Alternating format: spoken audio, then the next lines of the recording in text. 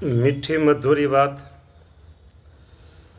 ભાગ આવ્યા આપણે 145 તારીખ 18/5/2026 વચનામૃત ચાલે છે ગઢડા મધ્ય 57 આગળ આપણે જોઈએ એમાં તો સ્વામિનારાયણ ભગવાન એમ કહે છે જે પદાર્થ ભગવાનના ભજનમાં આડું આવતું હોય, સાંભળજો, જે પદાર્થ ભગવાનના ભજનમાં આડું આવતું હોય તેને તો ન તજી શકે ને બીજો ઉપરથી તો ઘણો ત્યાગ કરે પણ તેનો તે ત્યાગ વૃથા હશે, નકામો ત્યાગ છે. ભગવાન વિના બીજું જે પદાર્થ અધિક જણાય તેનો જે અતિશય ત્યાગ કરે તે ત્યાગ સાચો. બોલો. પછી મમ્મી આડી આવતી હોય ભલે અને પપ્પા આડા આવતા હોય ભલે, ભાઈ કે બેન જે આડા આવતા હોય, મામા માસી આડા આવતા હોય, ભાઈ આટલા જ આડા આવે, બીજું તો શું આ લોકો પદાર્થ હોય એ આડા આવે. એટલે એમ ભગવાન સ્વામિનારાયણ એમ કહે છે જેને ભગવાનને વિશે પ્રીતિ હોય તેને તો પરમેશ્વર વિના બીજા કોઈ પદાર્થને વિશે પ્રીતિ ન હોય. જો ચોખ્ખું જજમેન્ટ આપી દીધું. જેને ભગવાનને વિશે પ્રીતિ હોય તેને પરમેશ્વર વિના એટલે કે ભગવાન વિના બીજા કોઈ પદાર્થમાં પ્રીતિ એટલે હેત હોય નહીં. આવું છે. શું કરશું? અને ભગવાન વિના બીજું જે પદાર્થ અધિક જણાય, ભગવાનથી અધિક જણાય કે સારું દેખાય, કે આ ભગવાન કરતાં સારું છે તો જણાય તો તેનો અતિશય ત્યાગ કરે. ત્યાગ કરે એટલું ને અતિશય આમ જોવું ગમે નહીં, પાછું યાદ ન આવે એવો ત્યાગ કરે તે ત્યાગ ખરો. બોલો. અને તે પદાર્થ નાનું હોય અથવા મોટું હોય પણ તેનો જે ત્યાગ કરવો તેનું જ નામ ત્યાગ. બોલો. ઘણા સ્વામિનારાયણના ત્યાગી હોય, ઘણા સ્ત્રીધનના ત્યાગી હોય. આમાં કંઈક ફરક છે. ઘણા સ્વામિનારાયણના ત્યાગી, હા, એનું વિવેચન મારે કરવું નથી. હા, કોણ છો કે અમે સ્વામિનારાયણના ત્યાગી છીએ? અરે સ્વામિનારાયણના સાધુ છે એમ કહો, સ્વામિનારાયણના ત્યાગી એમ નહીં. હા, જે પદાર્થ ભગવાનના ભજનમાં આડું આવતું હોય તેને તો તજી શકે નહીં, ને બીજો ઉપરથી તો ઘણો ત્યાગ કરે પણ તે ત્યાગ ખોટો છે. એમ કાંઈ જાણવું નહીં, અને એમ કંઈ જાણવું નહીં જે સારું પદાર્થ હોય ને તે જ ભગવાનના ભજનમાં આડ કરે એટલે એ જ ભગવાન આડું આવે, ને નરસું પદાર્થ હોય તે આડું ન આવે. એ તો જીવનો એવો સ્વભાવ છે. શું કેવો કે જેમ કોઈકને ગળ્યું ભાવે, હા, ગળ્યું હોય તો બહુ જ મજા આવે. કોઈને ખારું ભાવે, બોલો, કોઈકને ખાટું ભાવે, હા, કોઈકને કડવું ભાવે, બોલો. તેમ જીવની તો એવી તુચ્છ બુદ્ધિ છે. આ બધું છે ને હા બેકાર કહેવાય ને, તુચ્છ બુદ્ધિ એટલે. બોલો.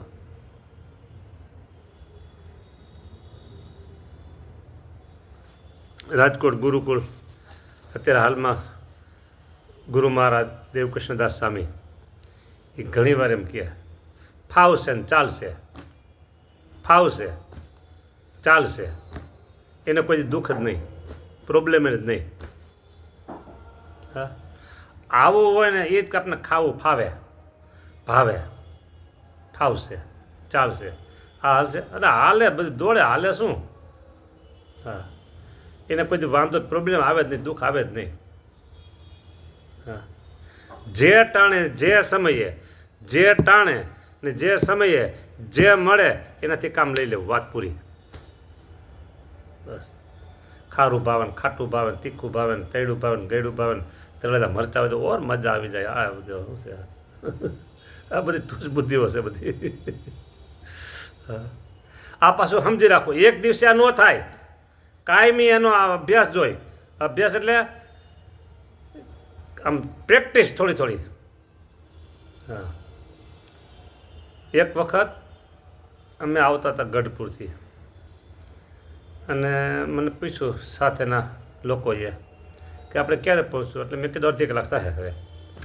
એટલે એને ઘરે ફોન કર્યો. એ કે અમે 9 વાગે આવી છીએ, અને મને ભાવે ને એ બનાવી રાખજો, મને જે ભાવે ને જમવાનું એ બનાવી રાખજો. લ્યો, એટલે પછી મેં કહ્યું તમને શું ભાવે, તમને ખબર, એનો ખબર હોય. લ્યો, તો 3 4 રસોડાને તપેલી બગાડો ને, આને આ ભાવે ને, આને આ ભાવે ને, આને આ ભાવે ને. એમાં જે એના મમ્મી હોય ત્યારે તો નાનો એટલે મમ્મી જ હોય, એ ક્યાંથી નવરા થાય રસોઈમાંથી. પણ છતાં એને દીકરા ઉપર હેત હોય એટલે બનાવી દે. એ શું હતું, મારા દીકરાના ભાવે જ બનાવી દઉં. એ બધી છે ને ટેવું છે, ખરાબ ટેવું અને સ્વભાવ છે, સ્વભાવ બધા. હા, હેરાન થવાના સ્વભાવ છે, હેરાન થવાની ટેવું છે.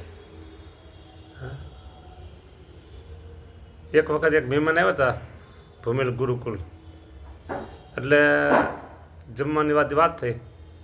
તો મેં કીધું તમે આવ્યા, ઓલા લોકો કેમ ના એ અહીં નહીં જમે, કેમ એ હોટલમાં જમશે, અહીંનું નહીં ફાવે. લ્યો હવે શું કરવું બોલો. એમાં અત્યારની જે જનરેશન સાવ એવું શું કહેવાય, હા, નાની સાંગ બધી, બરાબર. એને તો છૂટા મૂકી દો ને હરાયા ઢોરની જેમ, તો ખાઈ આવે હોટલોમાં. કંઈ જીવન કહેવાય કે માણસનું? કાંઈ ઘરનું જ ખવાય, બહારનું ખવાય જ નહીં. હા, હવે આ તો વાત બધી ભગવાનના ભગત માટે છે, હવે જગતના જીવ માટે છે નહીં. તો મહારાજ કે કોઈને ગળ્યું ભાવે, કોઈને ખારું ભાવે, કોઈને ખાટું ભાવે, કોઈને કડવું ભાવે. તેમ જીવની તો એવી તુચ્છ બુદ્ધિ છે, તે અલ્પ પદાર્થ હોય તેને પણ ભગવાન કરતાં અધિક વાલું કરી રાખે. બોલો, આવો સામાન્ય પદાર્થ હોય ભગવાન બધા વાલું કરી રાખે.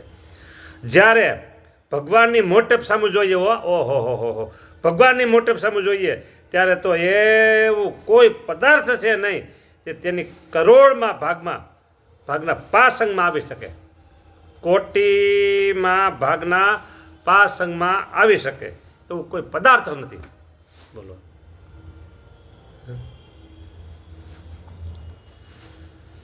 આવી વાતો છે બધી. શું કરું કયો? એવા ભગવાનને યથાર્થ જાણીને જો હેત કર્યું હોય તો માયિક પદાર્થ જે પિંડ અને બ્રહ્માંડ એમાં ક્યાંય પણ પ્રીતિ રહે નહીં. પિંડ એટલા શરીર, બ્રહ્માંડ એટલા જગત, એમાં ક્યાંય પ્રીતિ રહે નહીં. માયિક પદાર્થ સર્વે તુચ્છ થઈ જાય.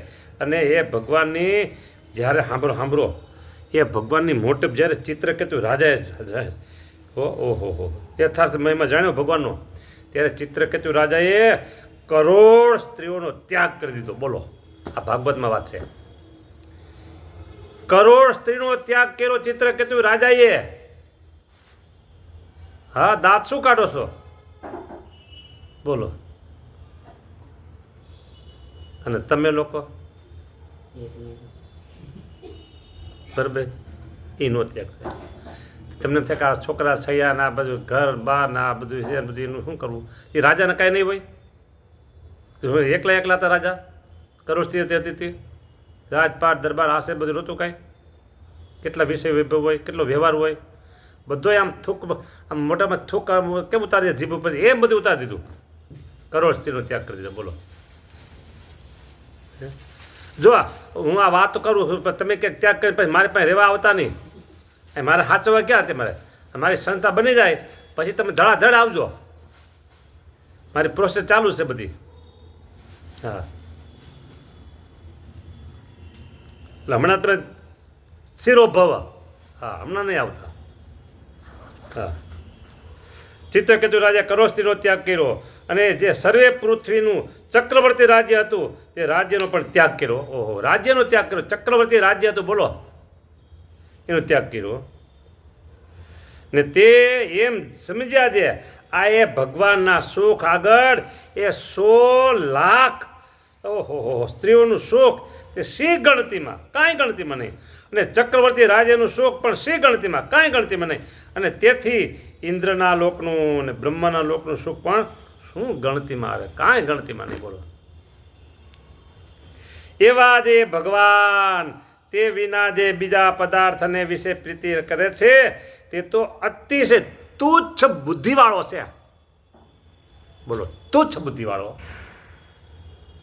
તુચ્છ વસ્તુ કને કહેવાય?